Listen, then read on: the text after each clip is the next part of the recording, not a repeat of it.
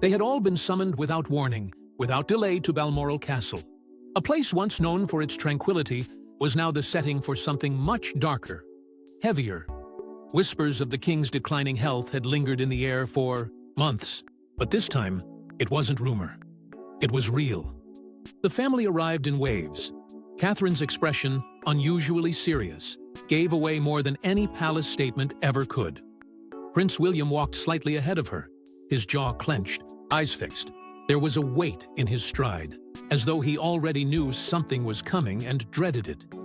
Inside those ancient stone walls, the tension could be sliced with a blade. No cameras, no press, just blood, family, and fate. The king, frail and dignified, had made a decision, but it wasn't his voice that would deliver it. That responsibility fell to his sister. Princess Anne, the unshakable pillar of the monarchy, stood with a letter in her hand. Her voice was steady, but the room around her trembled. The contents of that letter were not shared lightly, and what followed would leave even the most stoic in the room questioning everything they thought they understood about the future of the crown. Anne read the king's final written wish, not just as his sister, but as the one person Charles trusted to carry the burden of his truth.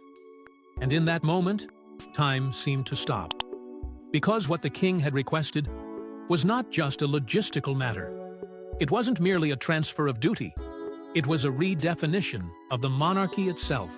Prince William, who had weathered countless storms in silence, could no longer hold back. His eyes welled, his breath caught. There was no performance here, no royal facade, just raw emotion from a son, a future king, and a husband whose world had just shifted. Around him, the room sat stunned. Even Camilla looked frozen in her seat.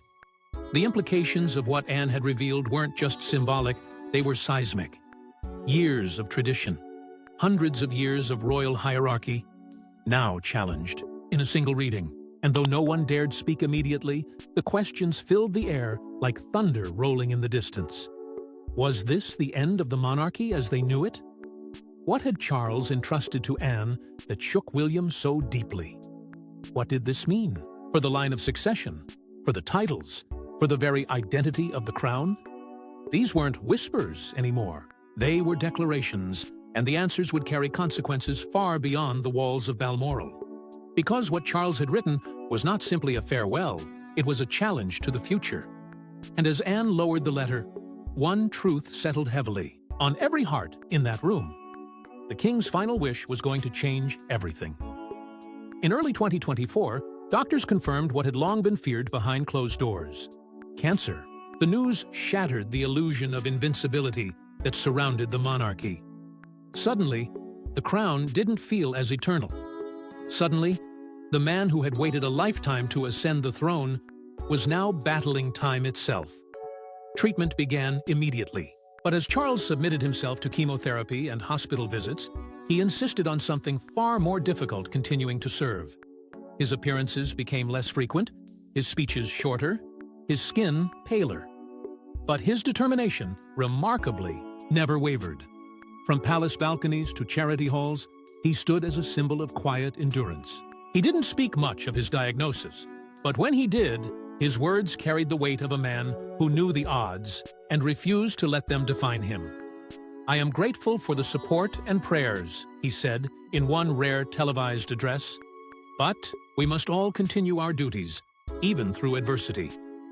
And yet, despite the brave face, those closest to the king saw something else.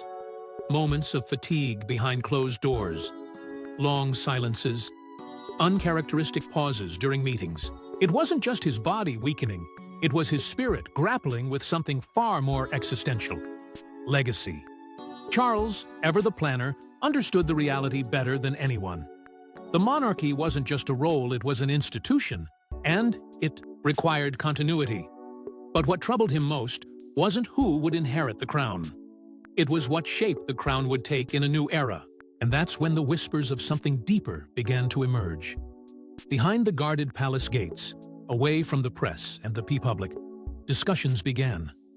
Not about stepping down, but about passing forward. Not just power, but vision. This wasn't about abdicating responsibility. It was about preparing for what came next, not just in title, but in principle. Those conversations would eventually lead to a letter, a private document penned by the king himself, filled with emotion, clarity, and a final act of foresight. But before the world could hear its contents, before Princess Anne could read it aloud to a stunned royal circle, the king needed to find peace with one decision that would ripple across generations. The monarchy had to survive, but it also had to evolve. And with every treatment, with every ounce of strength fading from his body, Charles wasn't clinging to power. He was handing the future over, not with fear, but with purpose.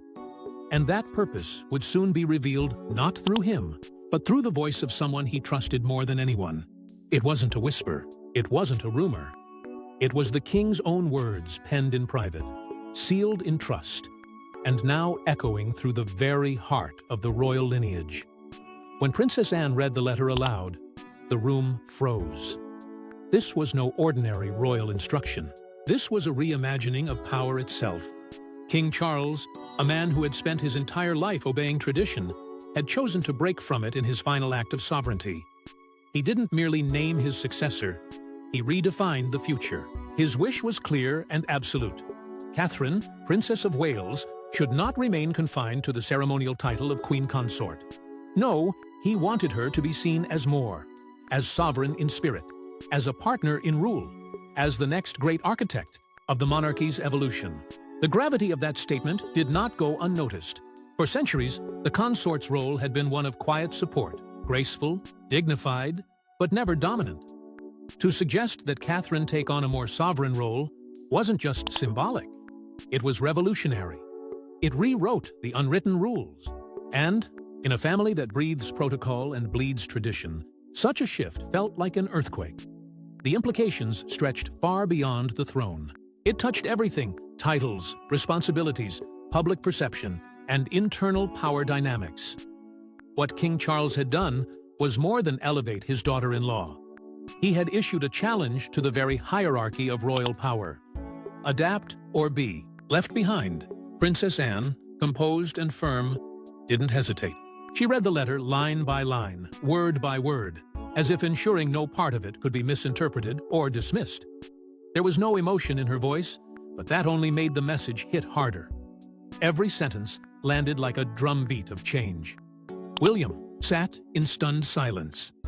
Catherine blinked in disbelief, and Camilla, once certain of her position, suddenly looked like a woman standing on cracked ice. The royal chamber had become a crucible, burning away the old order and leaving behind a single, undeniable truth. Charles had made his final move, and it was one no one expected. But why now? And why Catherine? Those questions stirred louder than ever. For Charles to make such a radical request, he must have seen some clarity through the storm of illness and fading time. And that clarity pointed not just to lineage, but to leadership. To a woman who had proven her strength through quiet resilience, who had walked the tightrope of royalty without faltering, who had won over a public still haunted by shadows of Diana. Charles didn't want a figurehead to stand beside his son. He wanted a force. And Catherine, in his eyes, had become that force. But inside the palace, awe turned quickly into anxiety. Could this wish even be enacted? Would Parliament support such an unorthodox move? Would the Crown's legal framework bend, or would it break under the pressure of change? As Princess Anne folded the letter and stepped back, the room remained suspended in disbelief. Because this was no longer about a king's farewell, it was about the battle between tradition and transformation. And the next blow was coming from the law itself. The British monarchy is not a mere spectacle of crowns and ceremonies. It is a centuries-old institution bound by law, steeped in tradition, and resistant to change. And yet, with one powerful letter from a fading king, the rules were now under the microscope. What exactly did it mean to name Catherine as something more than a queen consort?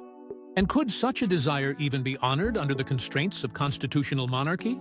To understand the weight of this moment, we must step back and examine the rigid architecture that governs royal titles. A queen regnant, like Elizabeth II, rules in her own right, by blood and succession.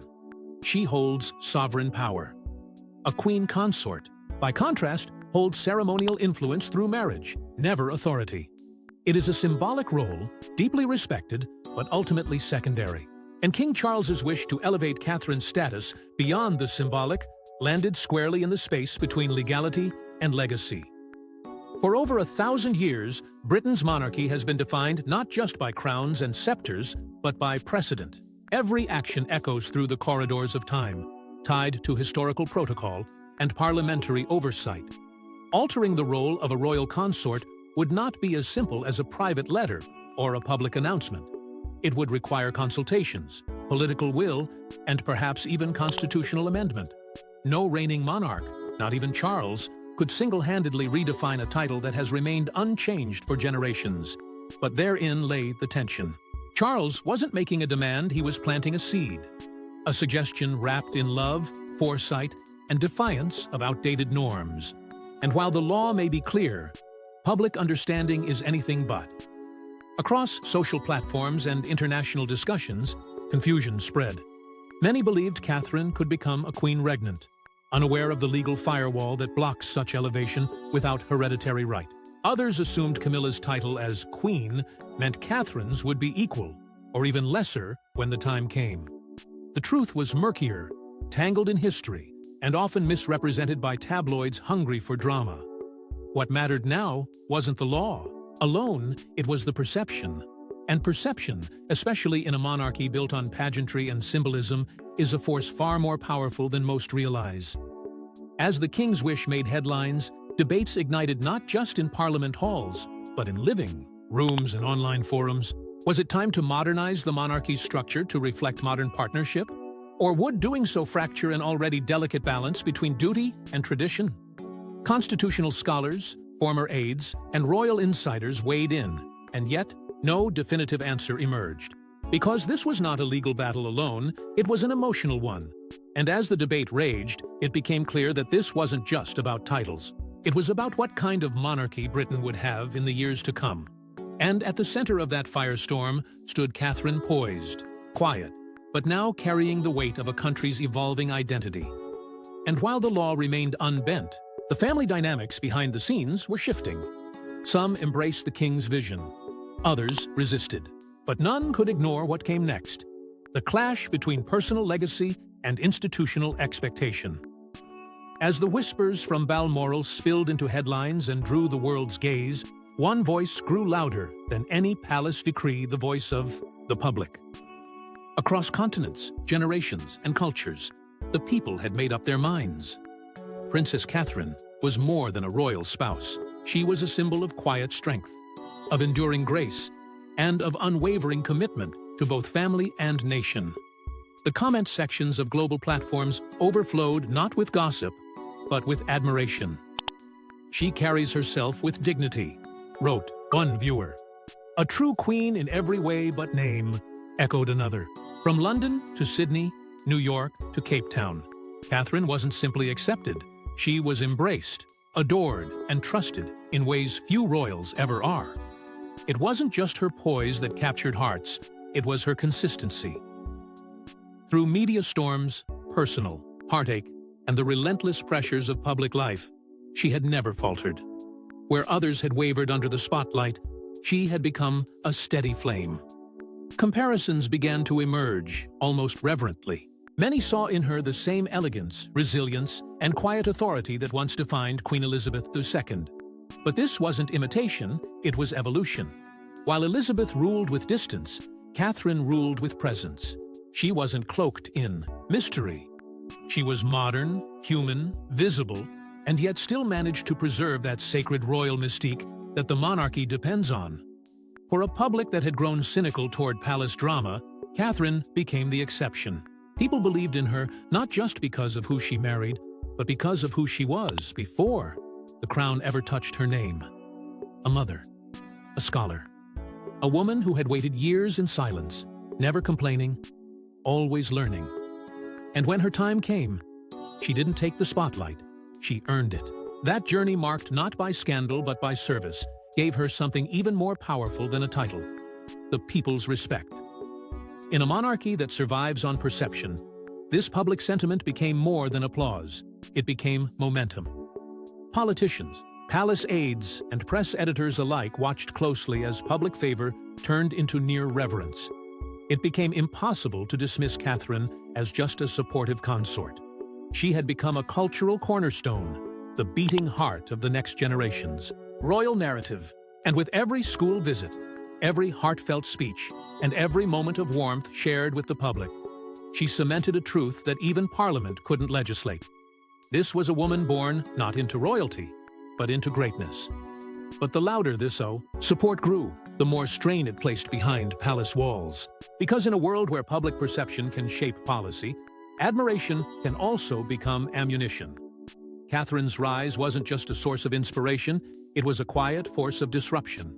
And while millions championed her as the monarchy's hope, not everyone inside the royal family shared that sentiment. Jealousy, fear, resistance, all of it brewed beneath the surface, threatening to rupture what little harmony remained. The love of the people, after all, is a powerful thing. But inside the House of Windsor, it had begun to draw new lines that no crown could erase. For decades, Camilla fought an uphill battle against the tides of public opinion and royal resistance. Branded early on as the outsider, the interloper, the woman who disrupted the fairy tale, her every move was scrutinized, her every word dissected. Yet somehow, through years of calculated discretion and unwavering loyalty to Charles, she emerged with something no one thought possible: acceptance, not just from the man she loved, but from the institution that once resisted her presence. When she was crowned Queen Consort, it felt like the final page of a long, bruising chapter. She had endured. She had arrived. But no crown rests easy, especially when another presence begins to rise just as powerfully. King Charles's final wish struck like lightning across that fragile piece. A desire to elevate Catherine beyond the role of consort was not just a gesture of modernity, it was a threat to everything Camilla had spent years securing. It reframed the narrative in ways no press strategy could soften. Suddenly, Camilla was no longer the singular queen standing beside the throne. She was a queen whose title risked becoming a shadow. And within the walls of the palace, where history and hierarchy are etched in stone, that shift was seismic. The media picked it up immediately. Headlines didn't ask if the monarchy was changing. They asked when Catherine would take over. Editorials contrasted Camilla's legacy of survival with Catherine's rise through grace. Social media, more merciless than ever, painted Catherine as the embodiment of a future that left Camilla behind. It wasn't hatred, it was something colder: indifference. The same public that once debated Camilla's every appearance now moved past her, placing their hopes in a woman 2 decades younger, whose presence didn't carry baggage, only promise. And that silence, the erasure of relevance, was perhaps more painful than the criticism that once filled tabloids. Inside palace corridors, whispers returned. Was Camilla still vital to the crown's image? Would she now step aside? Had Charles's wish inadvertently begun the process of phasing her out? No formal statements were issued. But the air had changed. The temperature had dropped. Even small interactions between Camilla and Catherine, once warm and performative, grew brittle. It was no longer about rivalry. It was about placement, position, permanence. Camilla had always understood her role to be that of the king's quiet strength. She supported, she endured, she stayed. But now, with the king's health faltering and the public's love shifting, that foundation wobbled. The monarchy she had helped stabilize was evolving without her. And that was the cruel irony Camilla's triumph had paved the way for the very woman who now cast her into the background. Still, she held her head high. She attended engagements. She smiled for cameras. But beneath the surface, the weight of uncertainty was growing heavier by the day. And as her footing became more uncertain, the gaze of the nation turned elsewhere, to the prince preparing to lead, and the princess destined to define the next royal era. Camilla's place, once so hard-won, was slipping into ambiguity. And while no one dared to say it aloud, one question loomed behind every royal curtain. Would there be room for 2 queens in a monarchy, grasping for clarity? He never asked for this moment to come so soon. And yet, as the weight of the crown began to shift, It was Prince William who stepped forward, not with a roar, but with resolve. In the chaos of grief, under the looming shadow of his father's illness, William became something the world had not seen before, not just the heir, but the anchor. The one everyone looked to, the one who could no longer afford hesitation. The royal calendar filled quickly state meetings, charity summits, military briefings. His speeches grew bolder, his decisions sharper.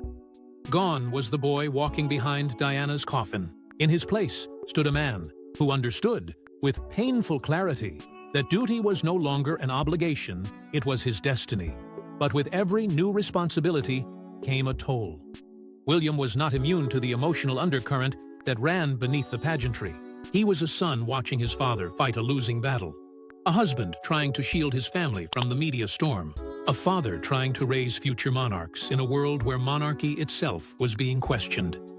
And through it all, he carried himself with calm determination, never revealing the cracks, though they were there. Behind palace walls, the pressure mounted. Advisors whispered. Expectations grew heavier. The narrative was shifting around him, whether he was ready or not. And yet, William didn't flinch. He leaned into a vision that had been forming for years, one of a monarchy that wasn't shackled to outdated rituals, but instead rooted in relevance. His public engagements weren't just symbolic gestures, they were statements of intent. He met with environmental leaders, youth advocates, mental health pioneers. His causes weren't chosen for convenience. They reflected a deeper understanding of what his generation demanded. Empathy, transparency, and courage. And people noticed. The media that once hunted scandal now chronicled transformation. The headlines didn't ask if William would be a good king. They asked how soon. But even as he rose, William remained tethered to the pain that had forged him. The loss of his mother, the turbulent rift with his brother, the fragile health of his father. Each moment shaped him. Each heartbreak taught him what power alone could not. And perhaps that's why, despite the crown hovering closer than ever, he never rushed to grab it. Because William knew something others didn't. Leadership wasn't about ambition. It was about readiness. And now, after decades of preparation, his moment had arrived not because he demanded it, but because the world needed it. Still, this was not the end of the story. It was only the beginning. As William assumed more of the crown's responsibilities, all eyes turned toward the future not just of a man, but of a monarchy itself. The next generation wasn't just watching, they were waiting. And with Charles's legacy hanging in the balance, and Catherine standing at his side as both partner and symbol, the path ahead would be defined not just by tradition, but by transformation. And that transformation, as the world would soon see, was already underway. For centuries, the British monarchy has stood as a symbol of unyielding continuity. Through wars, revolutions, abdications, and scandals, the crown endured not because it refused to change, but because it changed just enough to survive. But now, in the twilight of King Charles's reign and the looming dawn of Prince William's era, the institution finds itself at another crossroads. The question is no longer whether the monarchy will modernize, it's whether it can do so without losing the very essence that gives it power. Inside the palace, these are not casual conversations. They are strategic, tense, and urgent. Advisors, tread carefully. Legacy is at stake, but so is survival. The dilemma is clear. Tradition gives the monarchy its weight, its magic, its sacred distance from the political and cultural chaos of the modern world. Yet that same distance can become a wall, one that disconnects the royal family from the very people whose loyalty keeps the monarchy alive. To remain relevant, the crown must feel human, relatable, even vulnerable. And this is where the younger royals become more than heirs and symbols. They become the bridge. William and Catherine represent that bridge with stunning precision. They honor royal protocol, but they also bend toward empathy. They engage with issues that matter now: mental health, climate change, racial equity, not just with speeches, but with sustained involvement. Their style is more open, more emotionally intelligent, more aligned with the values of a new generation. And as their public roles grow, so does the hope that they can modernize the institution without breaking it. But they're not alone in this task. The next wave, George, Charlotte, and Louis, is already being shaped in the public eye. Their upbringing, curated by William and Catherine, speaks volumes. Less pageantry, more purpose. Less spectacle, more sincerity. At the same time, palace officials wrestle with how far they can stretch the monarchy's image without unraveling its core. Should titles be redefined? Should consort roles carry more weight? Should centuries-old ceremonies be revised or retired altogether? These aren't theoretical debates, they are being answered with each public appearance, each shift in tone, each silent decision not to follow old rules. And the world is watching. From former colonies in the Commonwealth to citizens within Britain questioning the need for a monarchy at all, the crown is under quiet, constant examination. In an era of radical transparency, can a hereditary institution truly exist without evolving into irrelevance? What's clear is that this isn't a cosmetic shift. It's existential. The monarchy must thread a needle between duty and dynamism, reverence and relevance. And while Prince William stands at the forefront, steady and composed, even he knows the ground beneath is no longer stable, it's shifting. Because tradition may build a throne, but it is public trust that keeps it from crumbling. And that trust, now more than ever, must be earned. As the royal family inches forward into a new era, the question echoing through Buckingham Palace and beyond is not just who will lead, but what will be left to lead when the dust finally settles. And so, it begins not with a coronation, but with a letter. A single wish from a fading king has ignited one of the most profound shifts in royal memory. Through every revelation, every tear shed at Balmoral, every quiet power struggle behind palace walls, one truth has remained. The monarchy is changing. What was once guarded by protocol is now being redefined by purpose. Catherine is no longer just a consort. William is no longer just a successor. Together, they stand at the edge of a new royal vision, one that honors legacy but refuses to be bound by it. The king's final wish was never just about titles or tradition, it was about hope. A hope that the institution he devoted his life to could evolve, soften, and survive. And in that hope lies the potential for something rare in royal history: true unity. Not just within the family, but between the crown and the people it serves. Because for the first time in generations, the public isn't watching passively, they're participating, shaping the future with their voices, their trust, and their expectations. This isn't the end of the story. It's the start of a new chapter, one written not in the language of secrecy and silence, but in truth, love, and resilience. And now, we turn to you. What do you believe lies ahead for the monarchy? Can the king's final wish forge a future that bridges both tradition and transformation? Or will the old ways reclaim their place once more? One thing is certain, what happens next will define the crown for generations. And history is being written right now. Thanks for watching. Don't forget to like and subscribe, and we will see you in the next one.